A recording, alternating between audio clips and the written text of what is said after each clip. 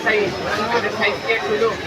আপনাকে আনুমানিক 3 মাস আগে বলে গেছিলাম, আপনি হলো একজন সভার ভিতরে বসছিলেন। সিরাজগঞ্জ চিফ ম্যাজিস্ট্রেট আদালতের প্রাঙ্গণে বৃহস্পতিবার সকাল 10টায় ভোক্তা অধিকার অধিদপ্তরের উদ্যোগে এক বিশেষ ভ্রাম্যমাণ অভিযান পরিচালিত হয়। এই অভিযানে নেতৃত্ব দেন সিরাজগঞ্জ ভোক্তা অধিকার অধিদপ্তরের সহকারী পরিচালক মোহাম্মদ সোহেল শেখ। অভিযানে ভোক্তা অধিকার সংশ্লিষ্ট অন্যান্য কর্মকর্তারাও উপস্থিত ছিলেন। অভিযানের মূল উদ্দেশ্য ছিল স্থানীয় খাবারের হোটেলগুলোতে খাদ্য নিরাপত্তা ও মান নিয়ন্ত্রণ নিশ্চিত করা। মোহাম্মদ সোহেল শেখ বলেন, খাদ্যর মান ও পরিবেশ বজায় রাখতে সবাইকে অঙ্গীকারবদ্ধ থাকতে হবে। বাসি খাবার বা পত্রিকার কাগজে খাবার পরিবেশন কোনোভাবেই গ্রহণযোগ্য নয়। অভিযানকালে ম্যাজিস্ট্রেট আদালত প্রাঙ্গণে অবস্থিত বিভিন্ন হোটেল ও খাবারের দোকান পরিদর্শন করা হয়। এসব স্থানে খাবারের মান, পরিচ্ছন্নতা এবং স্বাস্থ্যবিধি পরিপালন করা হচ্ছে কিনা তা নিশ্চিত করা হয়। বেশ কিছু হোটেলের ক্ষেত্রে মানদণ্ডের ঘাটতি পাওয়ায় তাদেরকে সতর্ক করা হয় এবং ভবিষ্যতে মান উন্নয়নের নির্দেশনা দেওয়া হয়।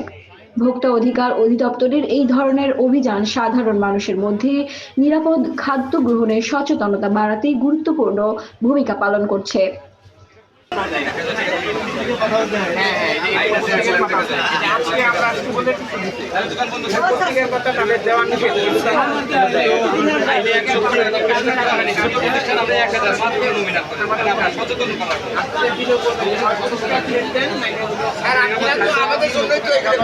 আমাদের জন্য হোটেলটা আসলে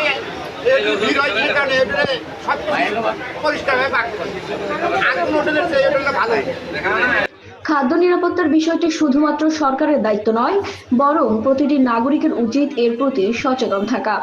এ ধরনের অভিযান সমাজে ইতিবাচক প্রভাব ফেলছে এবং জনসাধারণের মধ্যে সচেতনতা বৃদ্ধি করছে।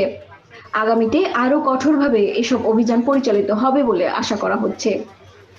ভোক্তা অধিকার অধিদপ্তর বিশ্বাস করে এই ধরনের প্রচেষ্টা ক্রমান্বয়ে খাদ্য নিরাপত্তার মান উন্নয়নে সহায়ক হবে।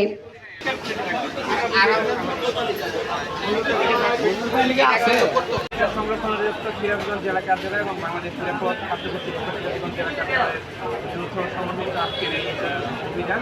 আমরা মূলত আমাদের জেলা তাদের নির্দেশনায় এই কোর্ট চত্বরে যে খাবারের দোকানগুলো রয়েছে তাদেরকে ব্যক্তিগত স্বাস্থ্যবিধি, পরিষ্কার পরিচ্ছন্নতা কীভাবে কী করতে হবে, তারপর ব্যবসা করতে গেলে কি প্রশাসনিক এবং পরিবেশগত বিষয় রয়েছে, এটা আমরা তাদেরকে বলেছি। আমরা আজকে সবাইকে সচেতন করছি, পরবর্তীতে আমরা ফলো আপে আসবো, তখন যদি দেখা যায় যে আইন। জলিলুর রহমান জনির তথ্যচিত্রে উর্মি, চ্যানেল 21, সিরাজগঞ্জ।